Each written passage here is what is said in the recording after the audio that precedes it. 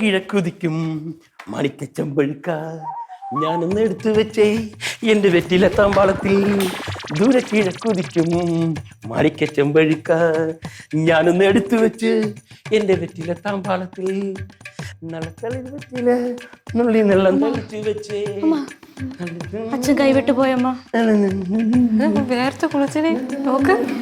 രവിയേട്ടാ എന്തോ കാണിക്കുന്നേ? മണി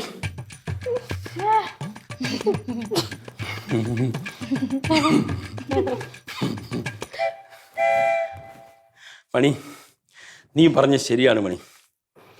ഞാൻ ഒട്ടും റൊമാൻറ്റിക് അല്ല.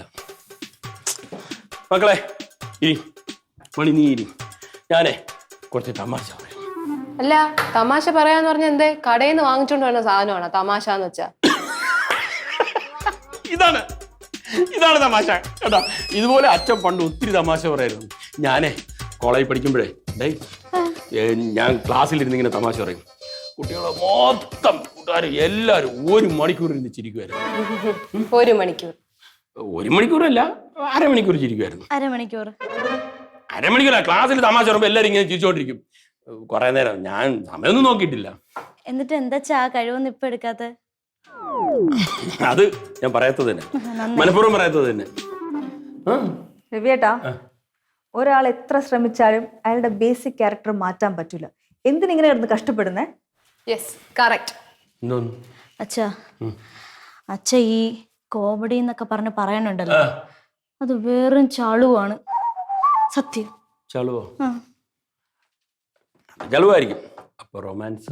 അയ്യോ, അച്ഛന്റെ 80s കാലഘട്ടത്തിൽ കാണിച്ച പരിപാടിയൊന്നും ഇപ്പൊ ഇവിടെ നടക്കൂല ഏട്ടാ. അന്ന് കൊടുക്കുന്ന സ്റ്റൈലാണ് ഈ കത്ത് കൊടുപ്പും ഈ മൂളിപ്പാട്ടും ഡാൻസും ഒക്കെ.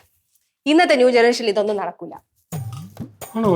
പിന്നെ അല്ലാതെ എന്റെ അച്ഛ ഇതൊക്കെ ഭയങ്കര ബോറാണ്. ഞാനത് പറയാൻ വേണ്ടി ഇരിക്കുകയായിരുന്നു. വെറുതെ ഇരുന്ന് എന്നെ മര്യാദക്ക് ജീവിച്ചിരുന്ന എന്നെ ഓരോന്ന് പറഞ്ഞു കുത്തി ഇളക്കിച്ചിട്ട് ഇമാതിരി വേഷം എല്ലാം കെട്ടിച്ചിട്ട് ഇപ്പൊ പറയണ് ബോറാണെന്ന്, അച്ഛനെ കളിയാക്കുന്നു. അതിപ്പോ നമ്മൾ അറിഞ്ഞ അച്ഛൻ ഇങ്ങനെയൊക്കെ കാണിക്കുന്നു അല്ലേ? ഇപ്പൊ അറിഞ്ഞല്ല. രവിയേട്ടാ, ഒരാളെ പോലെ ഒരാള് മാത്രമേ ഉണ്ടാവുള്ളൂ. ആ ആളെ പോലെ തന്നെ ബിഹേവ് ചെയ്താൽ മതി. ഏച്ച് കെട്ടിയാലേ മുഴച്ചിരിക്കും. അതുകൊണ്ട് കുന്തം നിങ്ങൾ മാറണ്ട. നിങ്ങൾ ഇങ്ങനെയാണ് ഞങ്ങൾക്കൊക്കെ ഇഷ്ടം. ഞങ്ങൾക്ക് നേരത്തെ പറയണ്ടേ? വെറുതെ എന്നെ കൊണ്ട് ഓരോ വേഷമൊക്കെ കെട്ടിച്ച്. അല്ല, ഞങ്ങൾ പറയണ എന്തോ അച്ഛൻ കേക്കോ? അതെ, ഭാര്യയോടും മക്കളോടും സ്നേഹമുള്ള ഒരച്ഛനാവുമ്പോ തീർച്ചയായിട്ടും കേൾക്കും. അതാണ് ഈ രവി.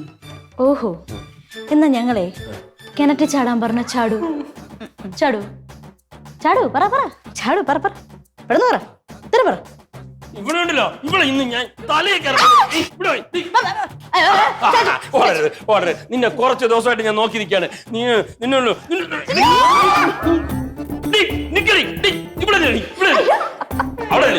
പാവല്ലേ അച്ഛൻ.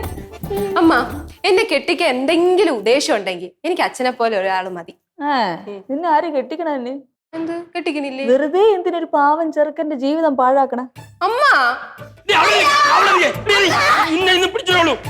മണി മണി